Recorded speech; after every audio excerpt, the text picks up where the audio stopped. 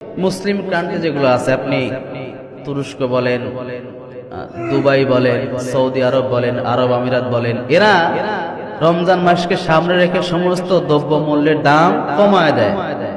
কারণ রমজান মাস সবার একটা বড় পাওয়া, যে আমরা রমজান মাস পাইছি, আল্লাহ আমাকে দান করছেন। তারা চিন্তা করে রমজান মাসে আমরা যদি মানুষকে একটু কম দামে কোনো খাবার দিতে পারি, এখান থেকে আমাদের আমলনামায় সওয়াব আসবে। তাদের চিন্তাধারা এটা।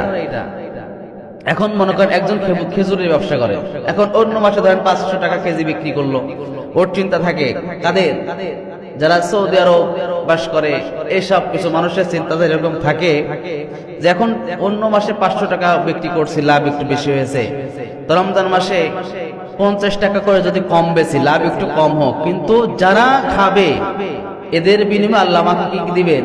নেক দান করবেন। এবং কত নেক? প্রত্যেকটা নেক 70 গুণ বৃদ্ধি করা হয়। সুবহানাল্লাহ। এই নেক তারা পাবে। চাকরিজীবী যারা, চাকরির মালিক, এরা, তার কর্মচারী যারা আছেন, এরা চিন্তা করে, যারা দিনদার মালিক, এরা চিন্তা করে বেচারা সারা বছর প্রচন্ড শ্রম দিয়েছেন, তো রমজান মাসে আমি তাদের কাজের ধাপ একটু কমায় দেই।